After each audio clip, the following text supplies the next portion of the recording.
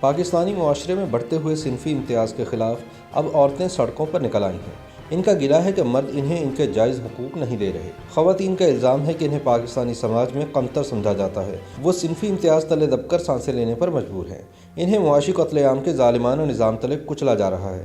اس سلسلے میں اگر پاکستان میں ورکنگ ویمن کے مسائل دیکھیں تو ہمیں پتہ چلے گا کہ واقعی یہ بدترین استحصال کا شکار ہے۔ ملازمت پیشہ خواتین جو دفاتر میں صبح 9 بجے سے شام 5 بجے تک فائلوں میں سر کھپاتی رہتی ہیں، مگر ان کی تنخواہ قلیل ہے، یا نجی اسکولوں میں کام کرنے والی ٹیچرز جن کی تنخواہ ایک دہاڑی دار مزدور کی اجرت سے بھی کم ہے۔ ان اداروں میں پڑھانے کے ساتھ ساتھ لڑکیاں ڈبل ایم اے اس آس پر کرتی ہیں کہ شاید سرکاری ملازمت مل جائے۔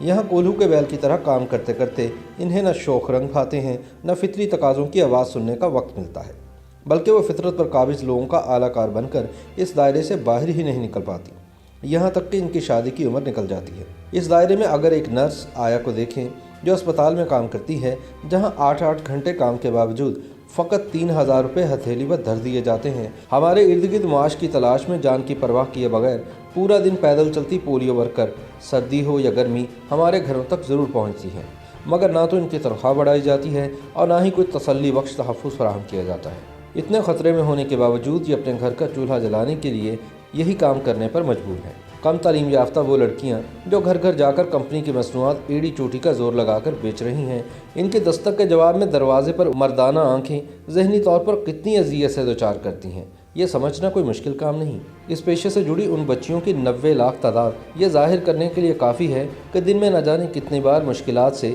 صرف اس لیے گزرتی ہیں کہ گھر کے چند افراد 2 وقت کی روٹی کھا سکیں۔ اسی طرح فیکٹریوں میں کام کرنے والی خواتین کے اوقات کار لمبے اور اجرت مرد کے مقابلے میں خاصی کم ہوتی ہے۔ فیکٹری کے مالک کے لیے منافع بنانے میں غرق یہ مخلوق صرف ماہانہ تنخواہ کی حقدار ٹھہرتی ہے، مگر گھر کے راشن کے لیے یہ چاروں ناچار اسی کام سے جڑی ہوئی ہیں۔ ان خواتین کی نسبت مزدور خواتین جو بالکل ان پڑھ ہیں وہ زیادہ استحصال کا شکار نظر آتی ہیں۔ انہیں اینٹوں کے بھٹے پر کام کرتے اور پتھر کوٹتے صبح سے شام تک دیکھا جا سکتا ہے، جو اپنے پورے کنبے کے ساتھ کام کر کے بھی اپنا معیار زندگی بلند کرنے سے قاصر ہیں۔ اب صورتحال یہ ہے کہ عورت کے حق میں نعرہ یا بینر بلند کرتی عورت مارچ میں شامل کسی کو یہ نظر نہیں آتا کہ ہماری ساری لڑائی طبقات کی ہے، مرد و عورت کی نہیں۔ ہمارے سماج میں اصل مسئلہ معاشی عدم مساوات کا ہے۔ عورت اور مرد کے درمیان مقابلے بازی تو دور کی بات، یہاں تو عورت بھی عورت کے برابر نہیں۔ کیا اسمبلی میں بیٹھی ہوئی حکمران طبقے کی ایک عورت اور سڑکوں پر اینٹیں کوٹنے والی عورت برابر ہے؟ حالانکہ یہ بھی تو صنف نازک ہے۔ دوسری طرف اپنے گھر میں ہی جھانک لیں، کیا ایک بااثر پیسے والا داماد اور غریب داماد برابر ہیں؟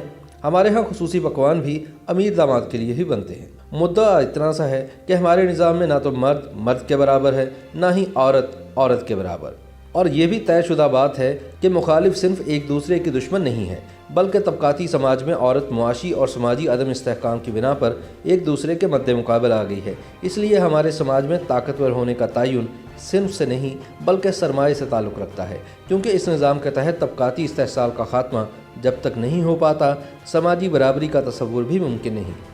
YouTube پر گوگلی نیوز دیکھنے کے لیے youtube.com کی سرچ بار میں googly news T V type کریں۔ گوگلی نیوز کے پیج پر سرخ رنگ کے سبسکرپشن والے بٹن پر کلک کرنا نہ بھولیے۔ YouTube پیج پر اپلوڈ ہونے والی ویڈیوز سے باخبر رہنے کے لیے بیل آئیکن پر کلک کیجیے۔ آپ کو ہر نئی ویڈیو کے بارے میں نوٹیفیکیشن موصول ہو جائے گا۔